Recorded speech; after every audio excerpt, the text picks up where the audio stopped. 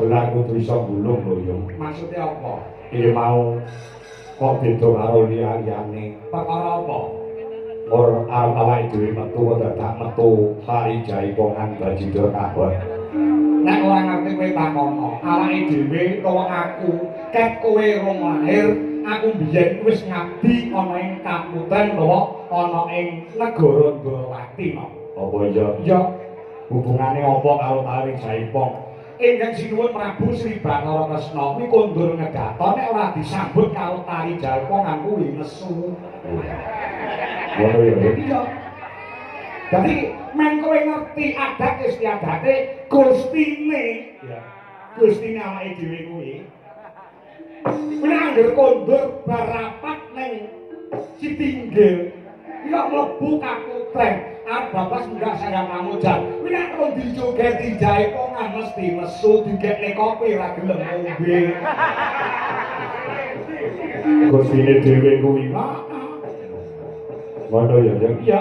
Terus iki mau bar Jaipongan iki enek Hasbunallah wa ni'mal wakil, lima maulan dan lain sebagainya.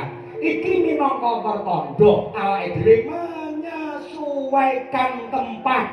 Sebabe ora gemen-gemen lho awake dhewe dina iki wayangan ana ing desa sing budaya tur ya agamane kecekel. Berbudaya boleh, nek agama tidak akan ditinggalkan. Mula tetap melekat ana ing warga masyarakat ana ing butuh, agamane dicekel kenceng, budayane ya dilestarekake. Ing antaraning budaya lan agama kuwi bisa mlaku bareng iki lho hebate masyarakat butuh. Mula tepuk tangan yang meriah untuk masyarakat butuh. kaya ngono ya. Iya. Iya, wis oke dawuh, agamane kuat. Kowe nyawangan to sing mirsani para bapak-bapak, kepala desa, parangkating desa, pinisepuhe desa Pak Joko Marsila, ibu-ibu kabeh do nganggo jilbab. Ini membuktikan bahwasanya ana ing butuh kuwi agamane kuat, agamane kenceng. Oh, Ora agamane masyarakat ana ing butuh digondheni kenceng temenanan. Iya. Nek ora percaya, kowe jam 3 sore dolanan yang butuh. Langgar masjid musala kok adan. Allahu Akbar, Allahu Akbar. Masyarakat butuh langsung grutuk neng sawah lho. tak tuwapuk lambimu iso Neng sawah iki piye? Neng sawah kuwi ngampiri kancane Kang. Lek mung garap sawah, garum luku nandur pari, yo lereng sik lho. Adat wis kumandhang, awake dhewe nganggo gawe oleh. Ning aja lali ibadahe. Yo paculik diseleke, arep diseleke, ayo bareng-bareng nang masjid salat berjamaah. Bar salat bareng balik meneh ning sawah nyambut gawe. Ini yang dinamakan masyarakat ana ing butuh kene seimbang. oh, seimbang. Iya. Nyambut gawe iki ya ditindakne kanggo cukupe urip, ibadahe ya ditindakne kanggo sono sangune urip. Menungso, kowe nyambut gawe ya kanthi sregep kaya dene uripmu bakal 100 taun meneh. Ning kowe ibadah kanthi kusuk kaya dene kowe sesuk arep ditimbali karo sing gawe urip. Ini yang dinamakan balance utawa seimbang. Oh, ngono ya. Iya. Mula desa kene minangka percontohan. Oh, minangka percontohan. Heeh. Nah wis dingendikane dening Bapak Kepala Desa. Oh, Pak Agus Haryono. Heeh. Desa kene nalika taun 2021 iki dinobatkan sebagai desa mandiri. oh, Heeh. Apa meneh? Nalika biyen mau dinobatke sebagai desa terbaik pengelola dana desa. oh, ngono Iya. Uga entuk predikat pengendalian gratifikasi. Oh, Heeh. ya. Terbaik juga. Heeh. Uga bisa jadi percontohan pengendalian anti korupsi Norakeru Desember 2020. Tur iki mengko bakale desa butuh dadi tuan rumah lomba desa se-Indonesia. Wah, Hebat ya butuh. Kaya ngono.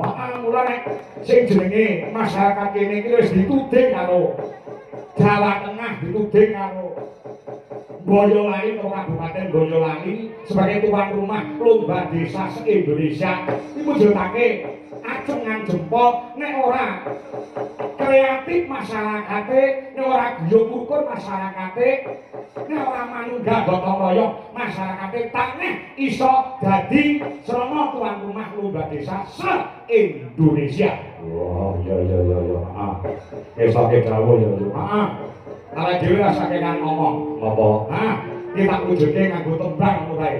Oh, kanggo tembang. Ya. Sinom, nganggo ben ngerti begini acarane apa. Oh, ngono sinom. Ya, coba.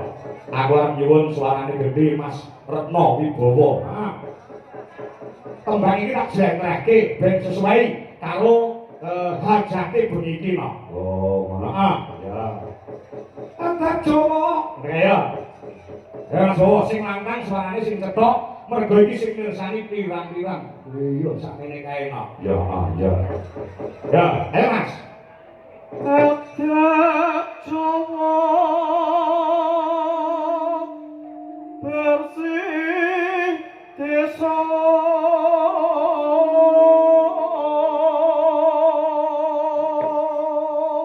agama ora disarekake ora dimitake. He manungsa, kowe nglakonana bersih dusun, bersih desa utawa metri desa, ora ana ning Al-Qur'an ngono kuwi ora ana. Oh, niki adate wong Jawa. Oh, adate wong Jawa bersih desa.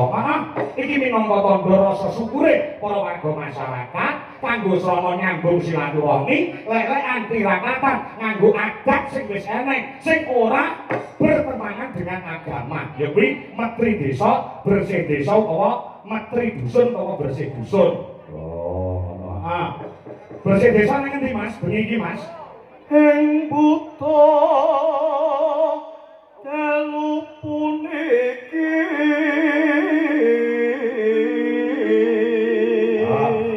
iki lek wong gawe lagu sore mau bar isak.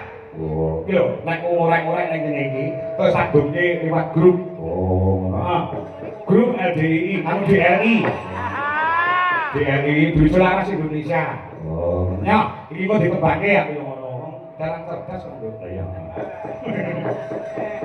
Lek bersih desa kuwi mujudke tandha apa, Mas? tandha syukur mring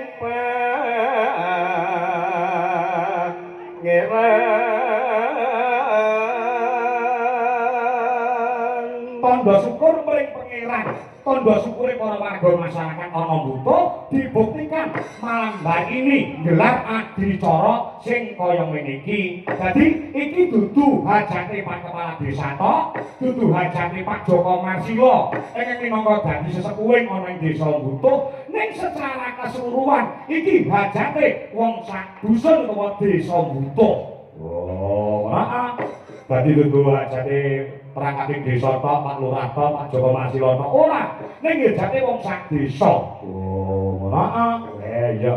Dadi kaya ngene iki, adicara kaya ngene iki ya kudu dileki nganti esuk. Iki mujudake tirakate para warga masyarakat melek nyuwun marang Kurbaning Gusti. Lah iki kok balimbukan kok mulih rugi lek urunan 200-an. oh, ya. Tahun pisan kok, Nduk. Ya. Terus, piye Mas? saben taun den pengeti Saben taun den pengeti. Oh, ngono. Dadi masyarakat kene ora lali, Ya ora lali. mesti gelar wayang kulit. Oh, ngono.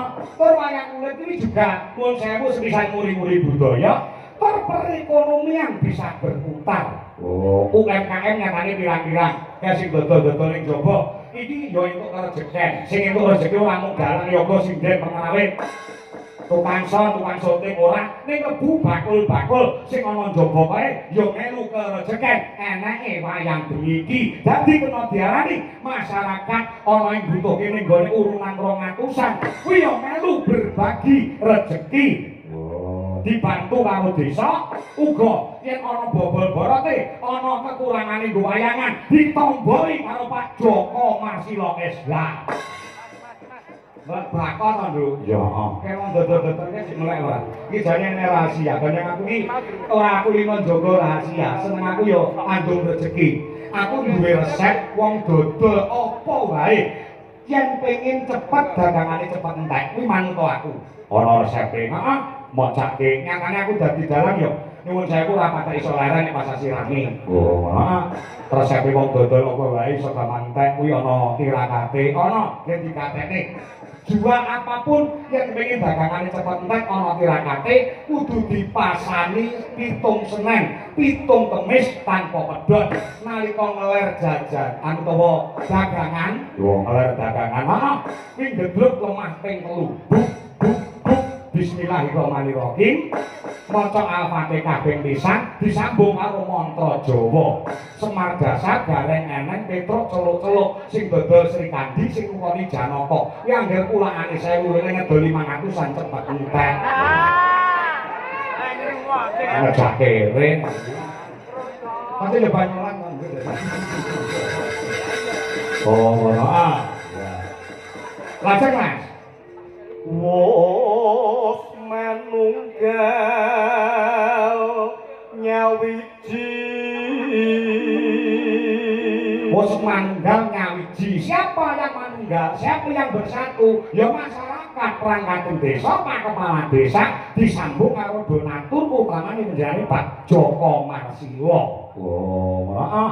Iki ya luangan ujar kok, Nduk. Oh, ngono. Ya Ya, Pak Joko Marsila kuwi biyen nate janji. oh, ngono. Heeh, mangko pilihan presiden biyen pakai TPS 4 kok iso 90% lebih.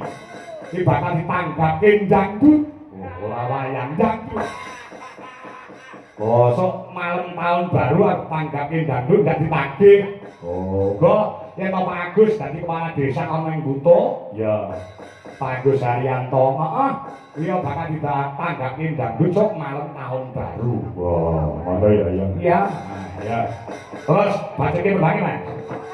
samyo kuyo serta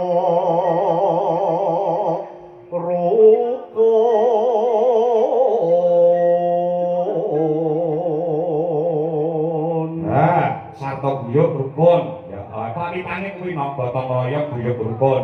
Tak nyuwun pirsa, Mas, Mas Bowo. Kepala desane mriki asmane sinten, Mas? Kades Agus Haryono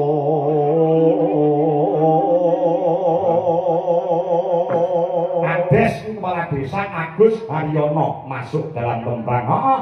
Har yo karo no. Oh, Hari-hari diisi untuk mengabdi kepada masyarakat. Lek ngladeni melayani masyarakat 24 jam untuk masyarakat yang butuh. Yo, tegese makarya nyambut gawe kanggo sono kemajuan di bidang apapun untuk desa butuh. No, tegese nata, iso nata keluarga, ya iso nata desa. Insyaallah bakal menjadi desa percontohan ana ing Kabupaten Boyolali dan di seluruh Indonesia desa butuh ini. angel yo ngono kuwi. Ngomongi kok hari-hari untuk bekerja. Yo ki makarya terjadi ngambil gawe 100% bermasyarakat. No ki ngotot desa kali bener becik. Oh. Ndek ini nang Nganjuk yo ngene iki lho.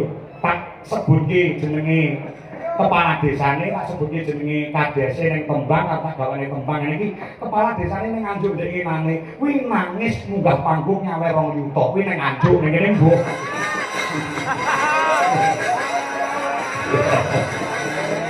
Ya. Terus sing nyepuhi sapa, Mas? Lek Pak Kades Agus Haryono sing nyepuhi butuh sapa asmane? Pak Joko ingkang nyepuhi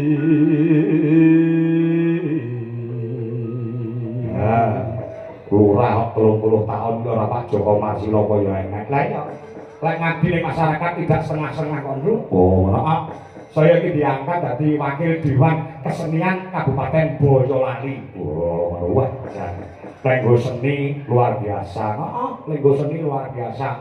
Klebu sing paring dawuh karo nuwun sewu eneng Waranggana apa jenenge kuwi bintang tamu no. Bintang tamu. Heeh.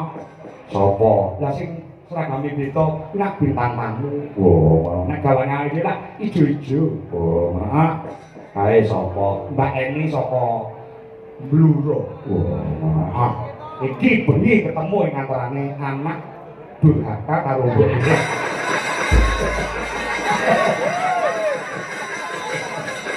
oh anake karo mbok e. Heeh, sawangan to rupane. Nek meh padha. Ya sing lairke yo Mbak Eni. Heeh. Nang besok ya ora iso dhuwur kaya ibumu lho ya kowe ya. Isane mung melebar. Oh, Nggih, Pak Joko ingkang nyepuhi. Amamuji ndonga pripun, Mas? Amamuji Hah? sedaya mangke raharjo Lek kok gawe arep macake mau. oh, ngono. Orang-orang yang manggung berarti tembang ya diundang nih. Latihan sih. Ora usah nganggo latihan. Yoga sing den profesional iki ndanduk ora usah nganggo latihan. Oh, Heeh. yo. Awas nek salah. Tenang, ini kudu bener iki. Iki hubungane karo tahun ngarep lho iki. Nganti kleru kok gene nanggap dalang wartoyo. Dangdut, ya, secara spontanitas, ya, untuk sebagai tanda terima kasih Duit Jolaras Indonesia yang pada tahun ini dipercaya oleh masyarakat Memeling Butuh. Oh, ngono. Dangdut ya, dangdut buka saka Saron. Oh, ngono. Yuk, Duit Jolaras Indonesia. Yuk, halo.